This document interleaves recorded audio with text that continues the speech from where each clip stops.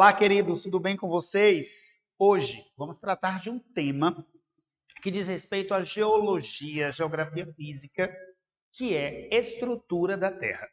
Lembrando que o nosso formato de aulas é um formato, curto, objetivo, aqui para YouTube, não quer dizer que numa aula eventualmente presencial esse tema seria abordado dessa forma. Aqui está bem condensado, justamente para muitos de vocês que estão assistindo esse vídeo tenham um efeito de revisão, ok? Quando a gente pensa no planeta Terra, o planeta Terra ele tem uma estrutura, que varia a sua composição, seu estado físico. Então, quando os profissionais que se dedicaram a estudar isso aí, para a gente chegar no que a gente tem aqui hoje, dessas informações sobre estrutura da Terra, muitos estudiosos fizeram pesquisas, fizeram perfurações, inclusive parte dessas perfurações também aconteceram durante o período histórico marcante que foi a Guerra Fria. A Guerra Fria a gente sabe que é um momento forte do século XX, dura décadas na segunda metade do século XX e é um período de potências econômicas que estão envolvidas no conflito, querem mostrar o seu poderio. A gente tem a corrida nuclear, corrida armamentista, a gente tem aquela perspectiva de chegar à Lua, a gente tem uma série de perspectivas envolvendo esse aspecto.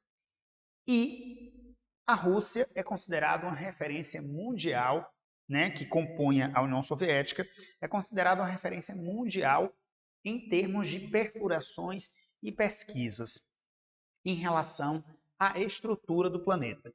Imagine que para você compreender um pouco disso aqui, a gente faz uma comparação entre um ovo de galinha e o planeta. É uma comparação grosseira, mas vai te servir de base para você entender isso aí. Vamos lá. Em um ovo de galinha, você tem uma estrutura que é a casca, a clara e a gema. Enquanto aqui na estrutura da Terra, você tem litosfera, astenosfera, manto e núcleo. É mais ou menos a proporção casca, clara e gema. A litosfera corresponderia a essa casca desse planeta, que para ser casca, assim como a gente tem no caso do exemplo do ovo, essa litosfera ela tem toda uma composição química específica, ela é dura, ela é rígida.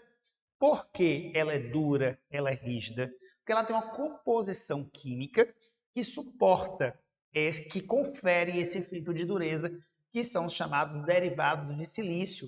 Essa terminologia aqui, Cial e Cima, mostra a composição química silício e alumínio e silício e magnésio. O magnésio na tabela periódica é o Mg, mas como aqui se trata de um nome fantasia, os elaboradores dessa nomenclatura ficou usando o Cial e Cima para se referir à estrutura de crosta continental e crosta oceânica. A literatura ela vai trazer, a literatura acadêmica, ela vai trazer exatamente a explicação de que essa composição, esses derivados vão conferir esse efeito dessa crosta dura e rígida. O fato dela ser dura e rígida não quer dizer que ela não esteja sujeita a apresentar fissuras, pedaços, onde esse magma venha extravasar. Porque é exatamente nesses pedaços da litosfera, que mais tarde nós vamos chamar de placas tectônicas, é que a gente vai ter essa questão aí, que a gente está colocando aqui. Essa litosfera ela tem um aspecto de casca, mas ela não é uma casca uniforme. Ela é uma casca que a teoria da deriva continental e da tectônica de placas vai dizer que ela pode apresentar fraturas, tá? E é nessas fraturas que a gente tem grandes eventos geológicos, que a gente tem tremores, vulcanismos, que são pontos considerados pontos quentes. A astenosfera ela recebe essa nomenclatura para fazer referência a uma camada intermediária entre a crosta dura e rígida e o magma, que é essa substância pastosa, tá? E o núcleo recebe essa nomenclatura aqui de NIF, que popularmente conhecemos como o final dessa estrutura rica em níquel e ferro, tá?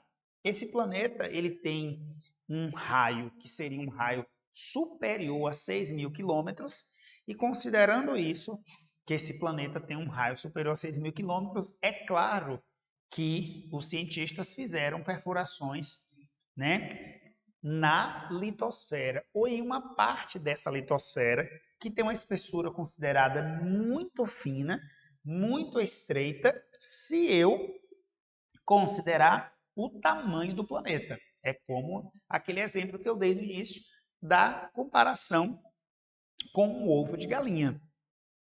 Um ovo, né, se você observar a casca, ela é relativamente estreita em relação à totalidade do ovo, em relação ao tamanho, né, do ovo. E também esse tema de hoje, ele traz um conceito importante, que é a questão do princípio do grau geotérmico.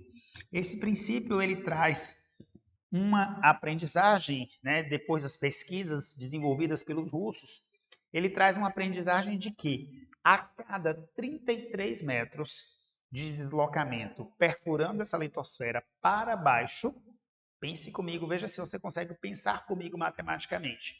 Estou falando de um planeta que é muito grande, que tem mais de 6.000 quilômetros de raio, e eu estou falando que a cada pequeno deslocamento de apenas 33 metros, os estudiosos desenvolveram o chamado princípio do grau geotérmico, que diz que a temperatura aumenta 1 grau Celsius. Ou seja, matematicamente isso significa dizer que eu tenho um deslocamento muito significativo. Gostou do vídeo de hoje? Valeu a pena? Se gostou, deixa o seu like e compartilha esse vídeo.